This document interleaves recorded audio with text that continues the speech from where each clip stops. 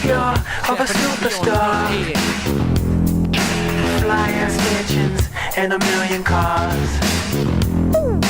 Gotta get the cash, yo, and it's live or die. Remember Prince Noriega, the limit is the sky. Bonsoir.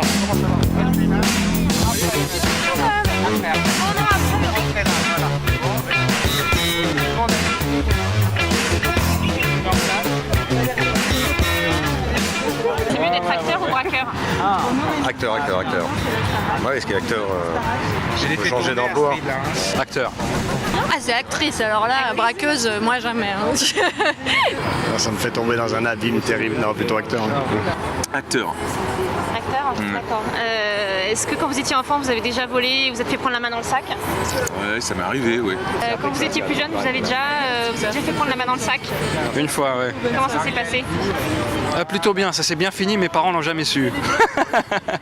Non, j'étais plutôt menteur. J'étais plus menteur que voleur. C'est d'une certaine façon un peu voleur, mais j'étais plus de menteur. J'ai volé un couteau suisse une fois. Et alors, poste de police Non, grosse culpabilité. Une phrase pour faire lever les mains aux gens dans une banque? Putain, mais un truc, oui, je sais pas, bah levez les mains, quoi, et puis déconnez pas, quoi, voilà.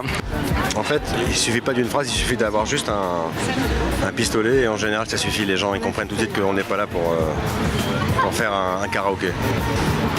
Bonjour, mais avec une arme dans la main, les gens lèvent les mains. Contrôle fiscal.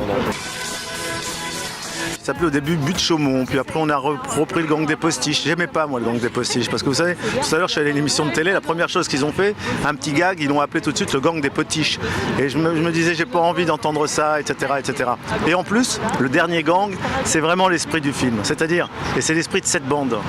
C'est vraiment, on ne connaît pas depuis d'autres bandes qui aient agi comme ça, qui se soient formées comme ça, qui aient inventé une nouvelle forme de banditisme comme eux l'ont inventé. Donc dans cela aussi, ça nous a paru très justifié de l'appeler le dernier gang.